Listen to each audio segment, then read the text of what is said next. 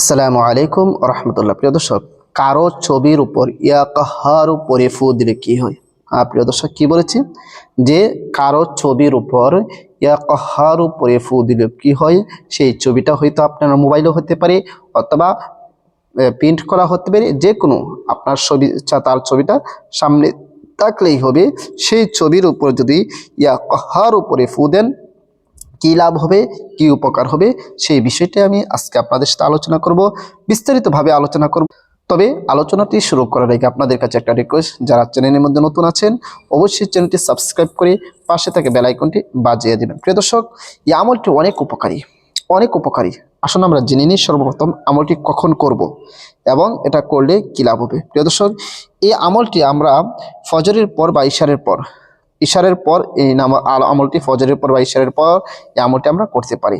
2 রাকাত আগে নফল নামাজ আদায় করে নেবেন, 2 রাকাত নফল নামাজ আদায় করে নেবেন, এরপর আপনি আমলটি করবেন। আর নামাজ আদায় করতে তো উযু লাগে, তাই না? এই জন্য নিজের উযু করে নেবেন। উযু করে পবিত্র হয়ে এরপরে সর্বপ্রথম 2 রাকাত নফল নামাজ আদায় করে নেবেন, এরপর আপনি আমলটি করতে বসবেন। হ্যাঁ প্রিয় দর্শক, সর্বপ্রথম 3 বার ইস্তিগফার পাঠ করে নেবেন। আস্তাগফিরুল্লাহ রব্বি মিন কুল্লি যামবি ওয়া আতুবু ইলাইহি লা হাওলা ওয়ালা কুওয়াতা ইল্লা বিল্লাহি আলিয়্যিল আযীম। এরকম ভাবে 3 বার ইস্তিগফার পাঠ করে নেবেন। এরপরে 3 বার যে কোনো দরুদ শরীফ পারেন আপনি পড়ে নেবেন। আল্লাহুম্মা সাল্লি আলা মুহাম্মাদি ওয়া আলা আলি মুহাম্মাদ কামা সাল্লাইতা আলা ইব্রাহিম وعلى آل إبراهيم إنك حميد مجيد اللهم بارك على محمد وعلى آل محمد كما باركت على إبراهيم وعلى آل إبراهيم إنك حميد مجيد। এরকম ভাবে 3 বার ইস্তিগফার এবং 3 বার দুরূদ শরীফ পড়া যখন শেষ হয়ে যাবে, এরপরে যে ছবিটা নিয়েছিলেন না, আপনার যদি সেটা প্রিন্ট করা থাকে সেই ছবিটা, আর যদি প্রিন্ট করাটা না থাকে আপনার মোবাইলের মধ্যে যদি থাকে, তাহলে সেই মোবাইলের মধ্যে ছবিটা ভাসাবেন। ভাসানোর পরে পড়বেন ইয়া কাহারু ইয়া কাহারু ইয়া কাহারু ইয়া কাহারু ইয়া কাহারু ইয়া কাহারু ইয়া কাহারু। আপনি 111 বার পড়বেন। কতবার? 111 বার। 111 বার পরে আপনি ওই ছবির মাঝে 3টা ফু দিবেন। কি করবেন? ওই ছবির মাঝে 3টা ফু বা দম করবেন। 111 বার পড়া যখন শেষ হয়ে যাবে, এরপরে আবারও শেষে যে কোনো দুরূদ শরীফ পারেন 3 বার পড়ে নেবেন। সাল্লাল্লাহু আলাইহি ওয়াসাল্লাম, সাল্লাল্লাহু আলাইহি ওয়াসাল্লাম, সাল্লাল্লাহু আলাইহি ওয়াসাল্লাম। আর প্রিয় দর্শক, আপনার আমল করা শেষ। এখন আমরা জানবো এভাবে যদি আপনি আমল করেন কি লাভ হবে, কি উপকার হবে। প্রিয় দর্শক, 1 নম্বর বিষয় হচ্ছে এই আমলটি আপনার দুশ্মনের জন্য করতে পারেন।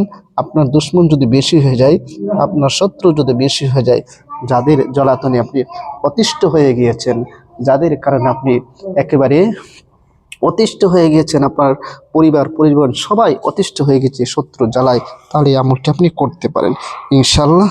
এই শত্রুর ছবি নিয়ে আপনি আমলটি যদি করেন, আপনার শত্রু চিরতরে শেষ হয়ে যাবে, এমনকি আপনার শত্রু অন্ধ হয়ে যেতে পারে। এত কার্যকরী পাওয়ারফুল এই আমল। হ্যাঁ প্রিয় দর্শক, এখন আসুন আমরা জেনে নিই এই আমলটি কতদিন করবেন। হ্যাঁ প্রিয় দর্শক, এই আমলটি আপনি কতদিন করতে হবে? লাগাতার আপনাকে 7 দিন বা 11 দিন করতে হবে। আমলটি লাগাতার আপনাকে 7 দিন বা 11 দিন করতে হবে। আশা করি বিষয়টা বুঝতে পেরেছেন। কি যে আল্লাহ তাআলার একটি সিফতি নাম, আল্লাহ তাআলার সিফতি নামের অনেক পাওয়ার, অনেক ক্ষমতা। আল্লাহ তাআলা পবিত্র কোরআনের মধ্যে বলেছেন যে ওয়ালিল্লাহিল আসমাউল হুসনা, আল্লাহ তাআলার অনেক সুন্দর সুন্দর নাম আছে।